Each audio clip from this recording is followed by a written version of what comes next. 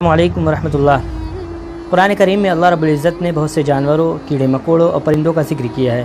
مثلا قرآن کریم کی سورہ بقرہ میں اللہ رب العزت نے مچھر کا ذکر کیا اور فرمایا ان اللہ لا یستحیی ان یضرب مثلا ما بعودۃ فما فوقہا، کہ اللہ رب العزت مچھر یا اس سے بھی حقیر شے کی مثال بیان کرنے سے شرماتا نہیں ہے۔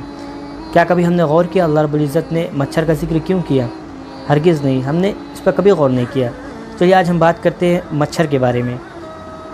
سائنس نے مچھر کے اوپر ریسرچ کی، تحقیق کی تو ان کو حیرت انگیز بات معلوم ہوئی۔ آپ بھی جب وہ بات جانیں گے تو آپ کو بھی حیرت ہوگی۔ مثال کے طور پہ مچھر میں فیمیل مچھر انسان کا خون چوستا ہے، میل مچھر نہیں چوستا۔ اسی طرح مچھر کے 100 آنکھیں ہوتی ہیں، اس کے منہ میں 48 دانت ہوتے ہیں اور اس کے سینے میں 3 دل ہوتا ہے۔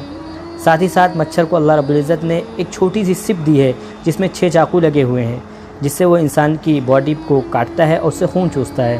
اسی طرح اس کے پاس یہ پاور ہے کہ وہ دور سے ہی انسان کی باڈی کے ہٹ کو، انسان کے باڈی کو ٹمپریچر کو کیچ کر لیتا ہے اور ڈائریکٹ وہ باڈی کے پاس جاتا ہے۔